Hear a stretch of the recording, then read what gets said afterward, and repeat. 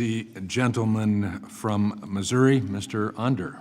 Well, thank you, Mr. Chairman. And Secretary McMahon, thank you for coming before the committee today. I had remarks on other subjects, but I just can't help but to comment briefly on my colleague's comment that today's schools are quote, segregated. And, you know, I would tend to agree with that. I would agree with that because just as Democrats were responsible for segregation a couple of generations ago, Democrats, not Republicans, Democrats opposed civil rights legislation, not Republicans. Democrats, for that matter, opposed anti-lynching laws, not Republicans. Today, Democrats and their teacher union allies are opposed to giving poor children, and yes, poor black children, poor Hispanic children, opportunity to achieve a good education. So Democrats and their teacher union allies oppose education savings account, charter schools, open enrollment. They even when they're in an appropriate political climate, even oppose homeschooling.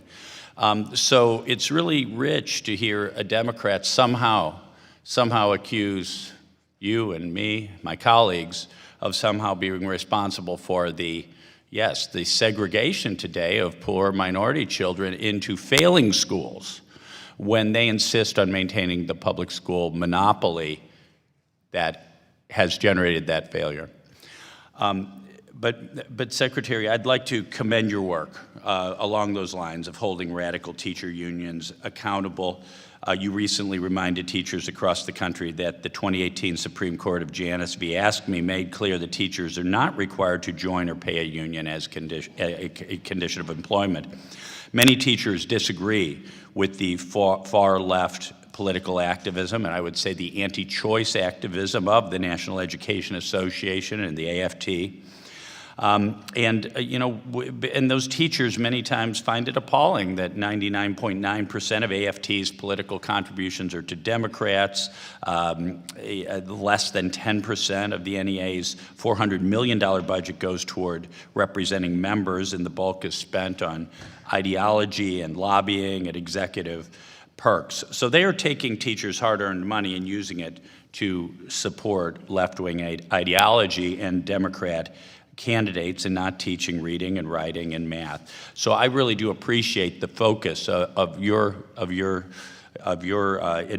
this administration and your leadership on teaching kids what they really need to know. I'd likewise like to commend you on enforcing the Trump administration's 2020 Title IX rule. Our kids are becoming safer. The Biden administration's attempt to rewrite Title IX to include gender identity did not strengthen civil rights. In fact, it undermined the very sex-based protections for girls and for young women that Title IX was intended to promote. But on a completely different topic, I'd like to ask you a question. For many medical students are obtaining student loans in the private market. Federal loans don't always make up the entire cost of their education. I think it's important that they have guidance to help them know which private lenders are trustworthy. Does the department have a plan to work with the Treasury Department to develop and publish lists of trusted private lenders to help students select the right private lenders for their needs? Those kinds of lists are already being produced, and so they'll continue to be looked at and provided. Wonderful. Yeah, maybe your staff could point us in that direction, because I've had a number of groups representing especially primary care physicians, because it's no secret, of course, that medical education between undergrad and college and then expenses during residency can be very expensive, and primary care doctors are many times are at the low end of that physician salary range, so they're very interested in these issues. Given